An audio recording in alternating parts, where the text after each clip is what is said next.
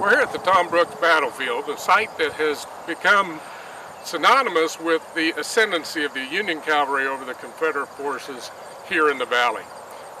In 1864, at the end of the burning, the Union troops are moving north, expecting very little resistance. However, the rebel cavalry continued to harass them. But on the night of October 8th, General Philip Sheridan had grown tired of this interference and called his cavalry chief into the tent, and in no uncertain terms told him that he was to turn on the rebel cavalry and whip them or get whipped. Hence, that sets up the scenario for Tom's Brook.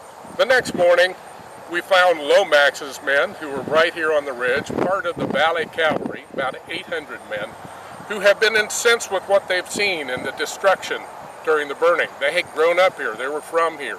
They were angry, unfortunately, poorly equipped, poorly led, and poorly disciplined. But they stood their ground here as Merritt, one of the 1st Division, turned tail and came back at the Confederates right here at Tom's Brook.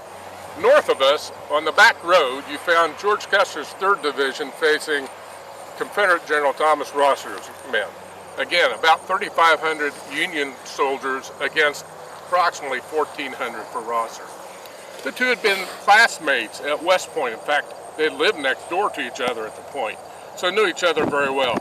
As Custer surveyed the Confederate lines, he saw his old classmate on the other ridge and acknowledged him by riding forward and doffing his hat to him in salute. Rosser saw the gesture and returned it, riding forward and returning the doffing of his hat to his classmate.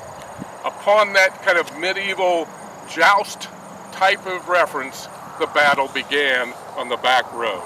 Custer started probing Rosser's lines, eventually finding some weakness on the left flank of Rosser.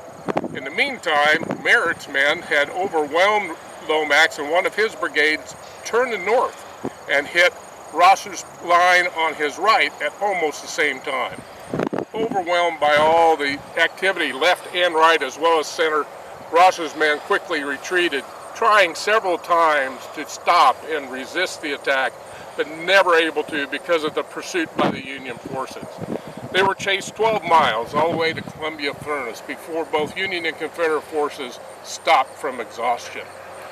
At the end of this day, we see the exclamation point of the Union forces and the Union cavalry's dominance here in the valley.